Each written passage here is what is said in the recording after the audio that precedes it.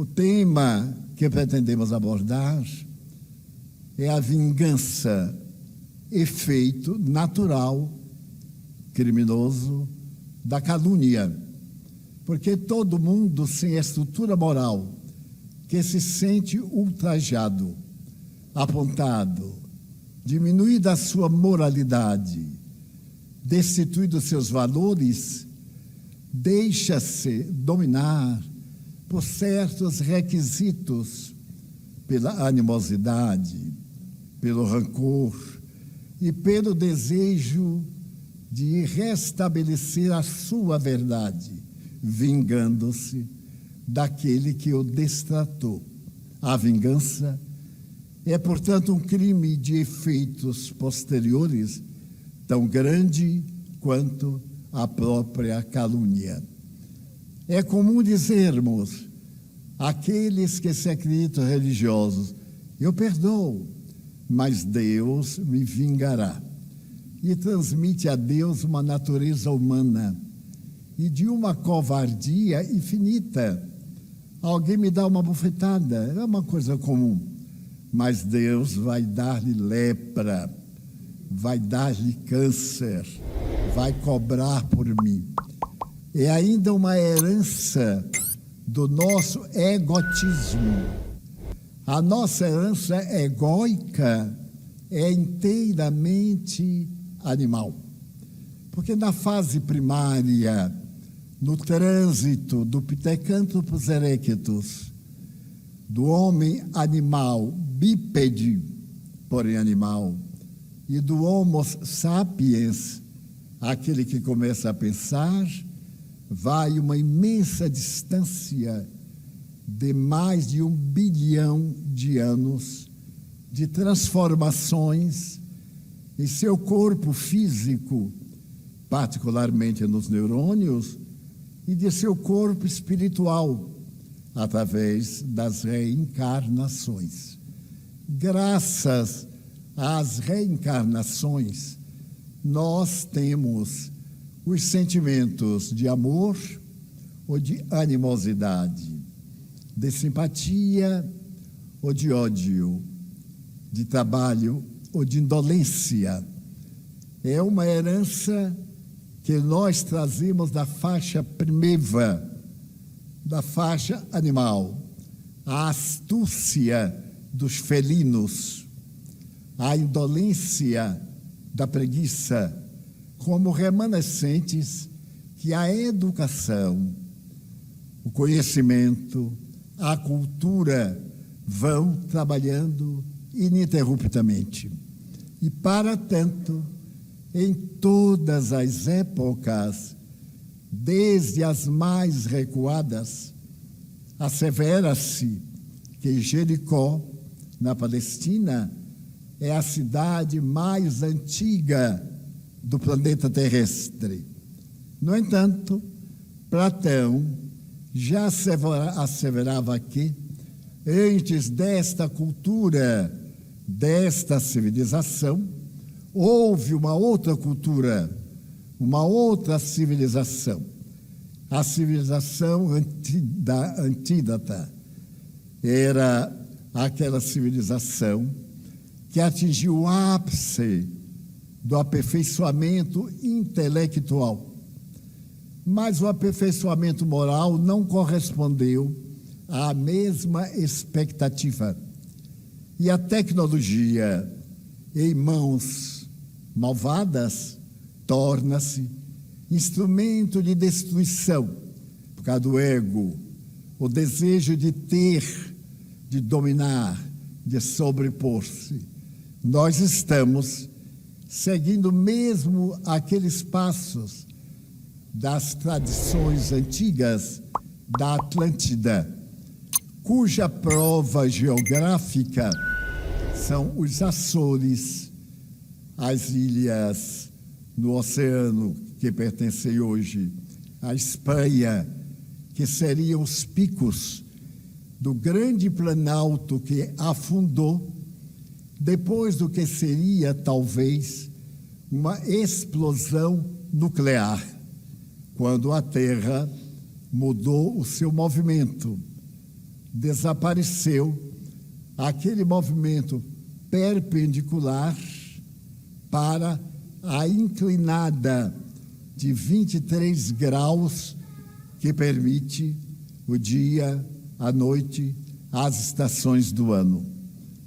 Mais ou menos em 2004, quando houve o tsunami da Ásia, e a situação foi tão calamitosa como aquela, que os geógrafos admitem que a inclinação do eixo da Terra mudou de 18, ou melhor, de 23 para 18, numa tendência que vem desde há milênios para a posição da Terra na sua verticalidade. Quando, ao invés de termos altíssimas e baixíssimas temperaturas, neste movimento, ao invés do movimento inclinado, nós teríamos sempre o mesmo clima. E a isto chamam o Shangri-La, que foi feita uma película cinematográfica. Seria o paraíso terrestre, seria a humanidade que não teria morte. Dessa forma, a calúnia é o resultado natural da fera que está sendo domada pelo self, pelo espírito que somos, de a pouco e pouco, freando os instintos, em outras palavras, educando-os, estabelecendo uma linha de prazer, de equilíbrio, de ordem, que será a linha educacional, que é um povo educado, o que tem bons costumes. O que é educar? Criar hábitos considerados socialmente saudáveis. O que é o bem? Perguntou Allan Kardec. E os espíritos disseram, é tudo de acordo com as leis de Deus. E o mal é tudo aquilo que se lhe opõe. Está, então, bem dividido, o bem, o mal, o amor, o ódio, a felicidade, a desgraça. Mas, como meio termo, a possibilidade de chegar à plenitude. É Lúcifer, o anjo caído, aquele símbolo de um ser que se acreditou tão perfeito que teria lutado contra Deus para lhe tomar o lugar. É uma lenda, evidentemente. E assim sendo, ele não era perfeito. Se ele lutava para ocupar um outro lugar, destacar-se, predominava nele o egoísmo, ou o egotismo. E é essa a grande luta da evolução da sociedade.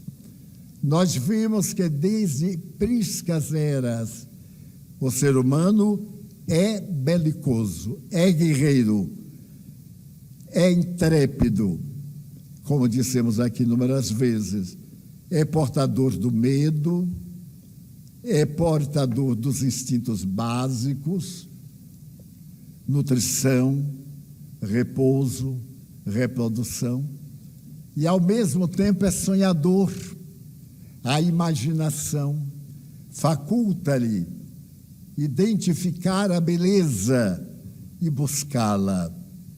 Numa obra de Dostoiévski, o grande escritor russo, preso na Sibéria por Stalin, o assassino de 60 milhões de pessoas, como diz a imprensa, Dostoiévski escreveu uma obra que é um paralelismo com a sociedade do seu tempo, O Idiota. E essa obra apresenta pessoas religiosas e um príncipe é profundamente ortodoxo, é cristão, é católico russo. E na grande discussão, se a terra se acabaria e se o mal venceria o bem, esse príncipe apresenta uma frase que eu considero modelar para nosso entendimento. Depois de fazer um grande discurso, ele termina dizendo: a beleza salvará o mundo. Porque todos nós, desde o grotesco ao belo, ao sensível, ao poeta, ao romântico, ao mal, todos temos uma inclinação pela beleza. Porque a beleza transcende tudo aquilo que a imaginação possa conceber.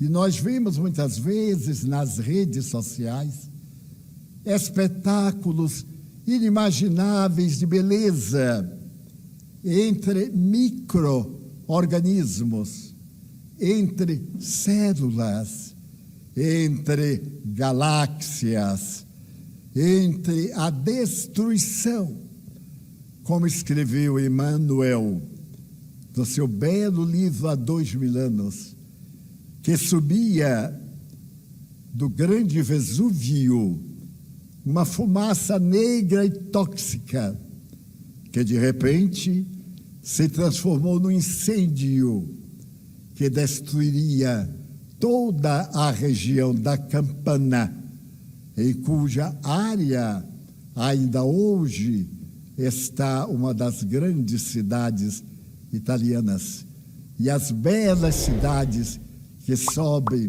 a Costa de Ouro.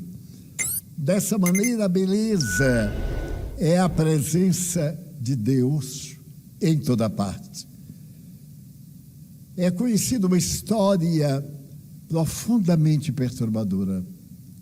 Adolf Hitler, que desejava extinguir os judeus no mundo, começou na Polônia, depois nos países conquistados, depois o antissemitismo percorreu o mundo e até hoje há os bolsões de perseguição antissemita.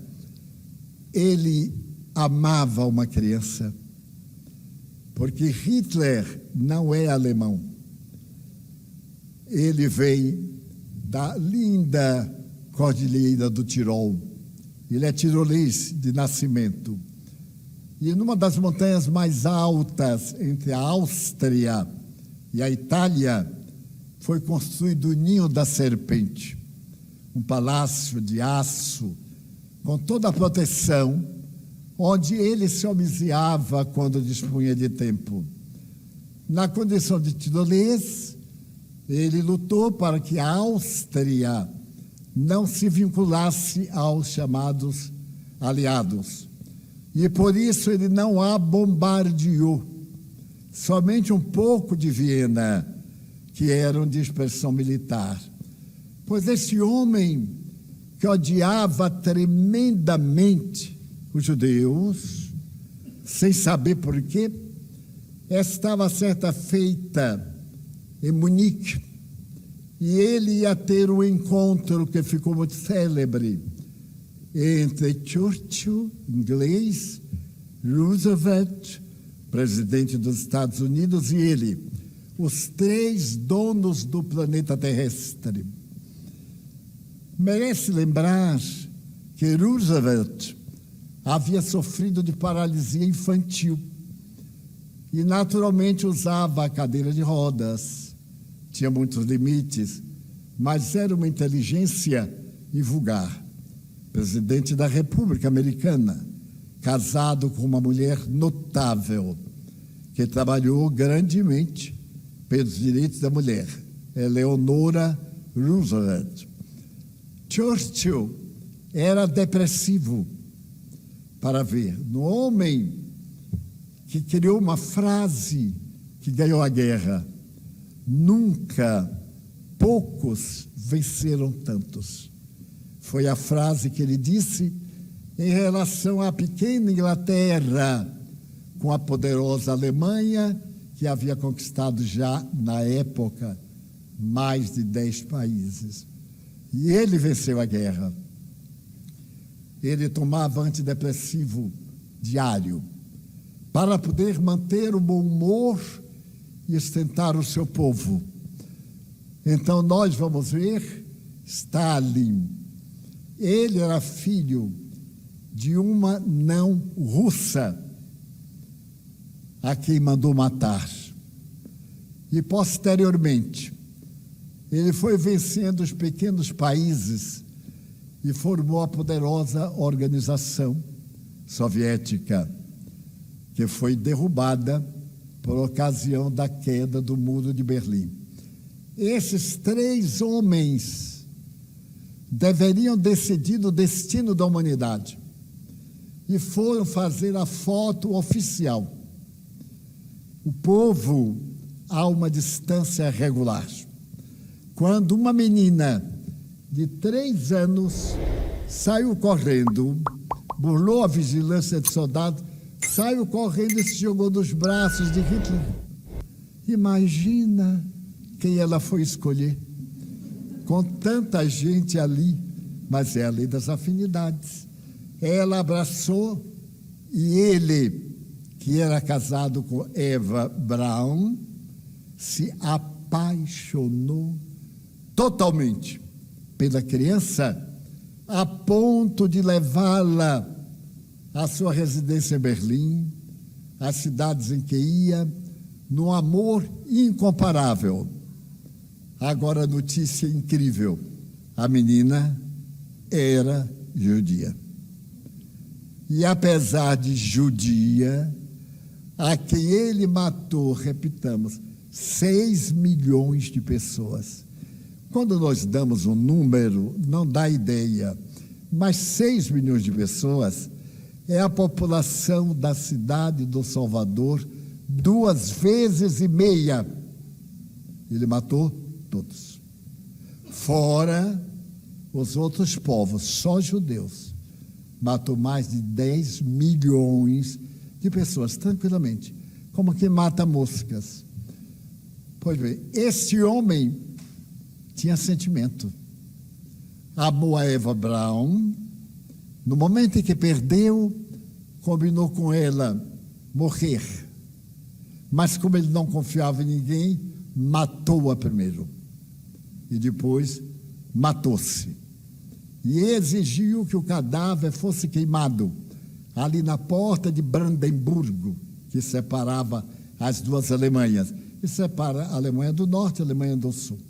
Ali, então, seu cadáver jogaram fósforo, foi incendiado e não ficou nenhuma lembrança física, orgânica, do homem mais terrível do século, ao lado de Stalin, que não foi menos terrível.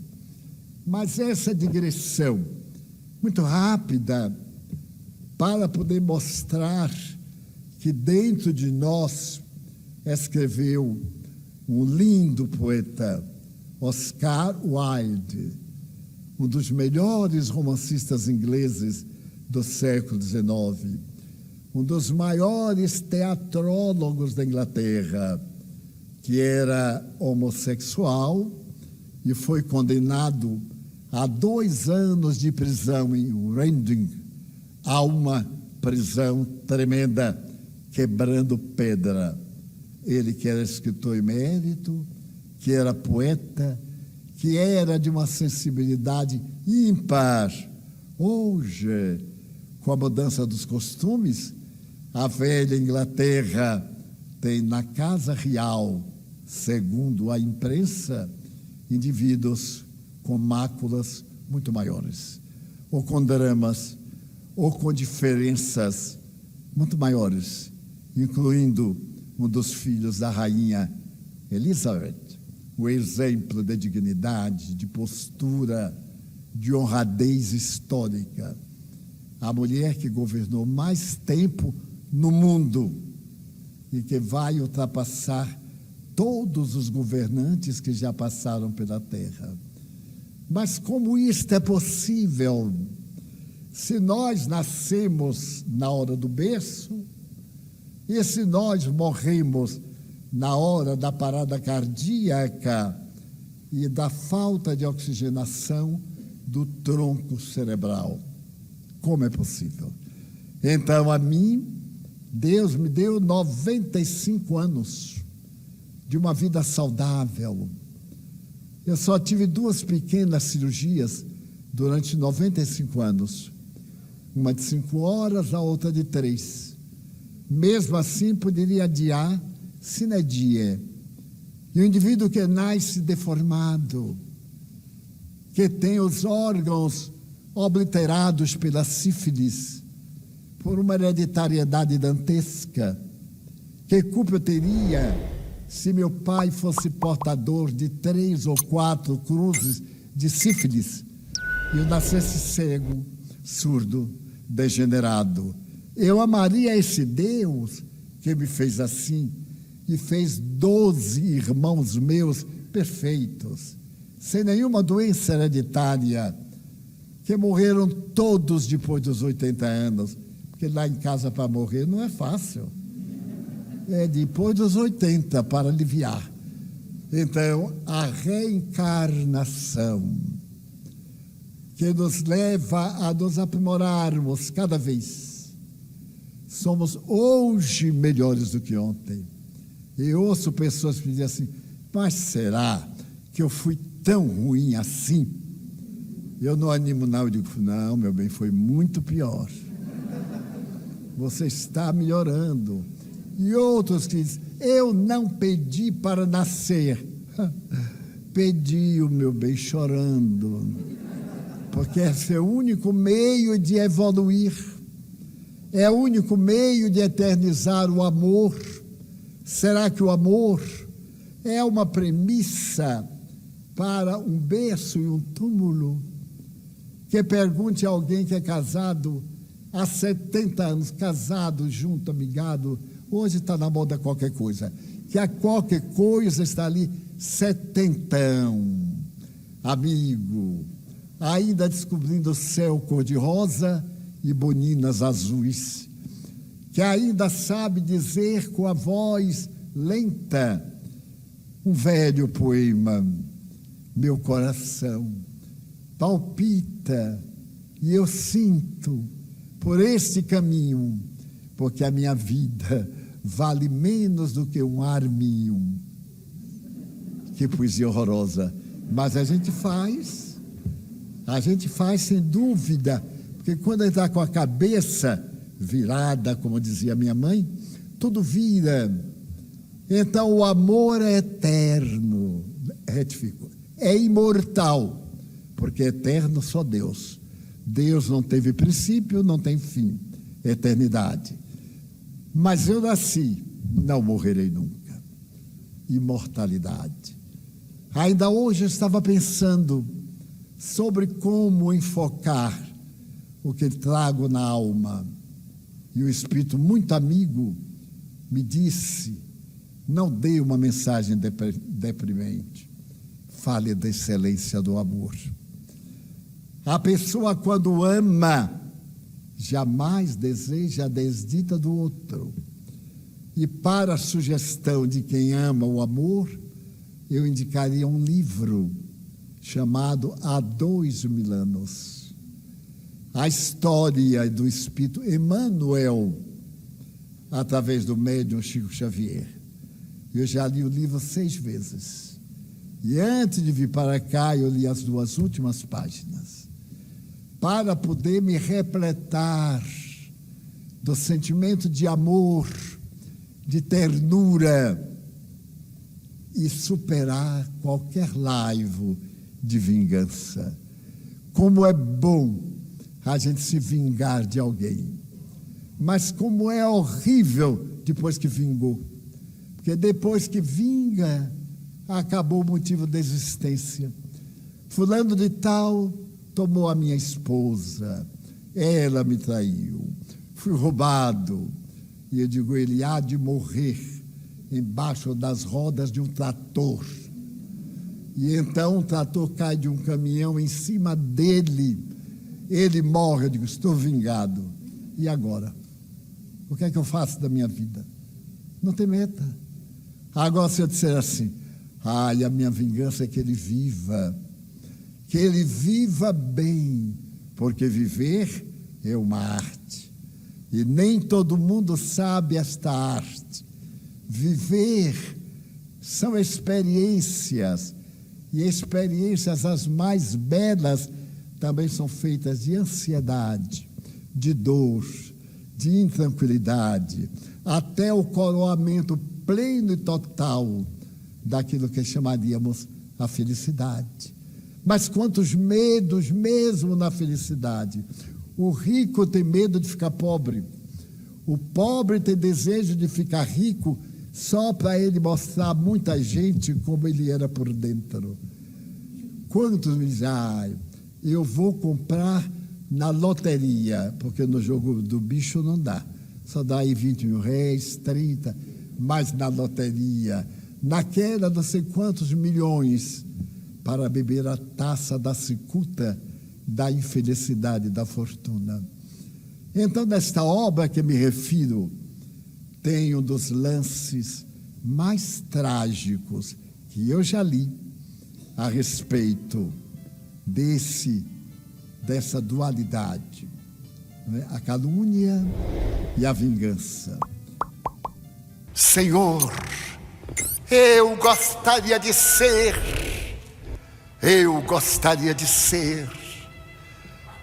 o amor que se expressa na bondade e agradecer-te tudo que me deste, tudo que me dás, o ar, o pão e a paz. Dizer-te da minha gratidão pelos olhos que eu contemplo a natureza, a terra e a sua beleza, as flores em todas as cores. Muito obrigado, Senhor, porque eu posso enxergar. Porém, diante da minha visão, eu percebo os invidentes que caminham na escuridão, que tropeçam na solidão, que choram na multidão.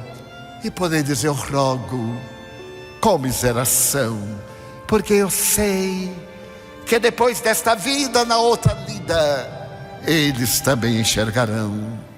Muito obrigado, Senhor, pelos ouvidos meus, que me foram dados por Deus, ouvidos que ouvem o tamborilar da chuva no telheiro, a melodia do vento nos ramos do ormeiro, e as lágrimas que vertem os olhos do mundo inteiro.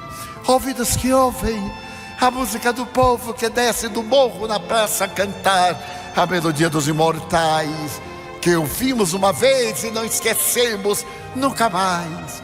Pela minha faculdade de ouvir, pelos surdos eu quero pedir, porque eu sei que depois desta prova na vida nova, eles escutarão. Muito obrigado, Senhor, pela minha voz, pela sua voz, pela voz que canta, pela voz que ama, pela voz que legisla, pela voz que perdoa, pela voz que o teu nome profere com dulce da unção. Obrigado, Senhor. Mas diante da minha canção eu encontro aqueles que sofrem de afasia, não cantam de noite, não falam de dia. Oro por eles, porque eu sei que da outra vida eles cantarão. Obrigado, Senhor. Muito obrigado, Senhor, pelo meu coração, pelas minhas mãos que aram, que semeiam, que agasalham, mãos de sinfonias, mãos de psicografias, mãos de cirurgias, mãos de poesias, mãos que apertam mãos, mãos que atendem a velhice, a dor, o desamor, pelas mãos que do seio agasalham o corpo de um filho alheio, sem receio, e pelos pés que me levam a andar, sem reclamar. Muito obrigado, Senhor, porque eu posso andar diante do meu corpo perfeito. Eu te quero louvar, porque eu vejo na terra aleijados, amputados, marcados, paralisados, e eu posso bailar. Muito obrigado, Senhor. Eu sei que depois desta expiação, na outra reencarnação, eles também caminharão. Muito obrigado por fim, pelo meu lar. É tão maravilhoso ter um lar. Não é importante se é uma mansão, um duplex, um paraíso, uma favela, seja lá o que for, mas que dentro dele exista a figura do amor de mãe, ou de pai, de mulher ou de marido, de companheiro ou companheira, de irmão, de alguém que me dê a mão, de um gato ou de um cão, porque é muito triste viver na solidão. Mas se eu a ninguém tiver para me amar, nem um teto para me agasalhar, ou uma cama para repousar, nem assim eu te negarei. Pelo contrário, te direi: obrigado, Senhor, porque eu nasci. Obrigado, Senhor, porque eu creio em Ti. Pelo Teu amor, obrigado, Senhor, pela Sua atenção. Muito obrigado, senhores.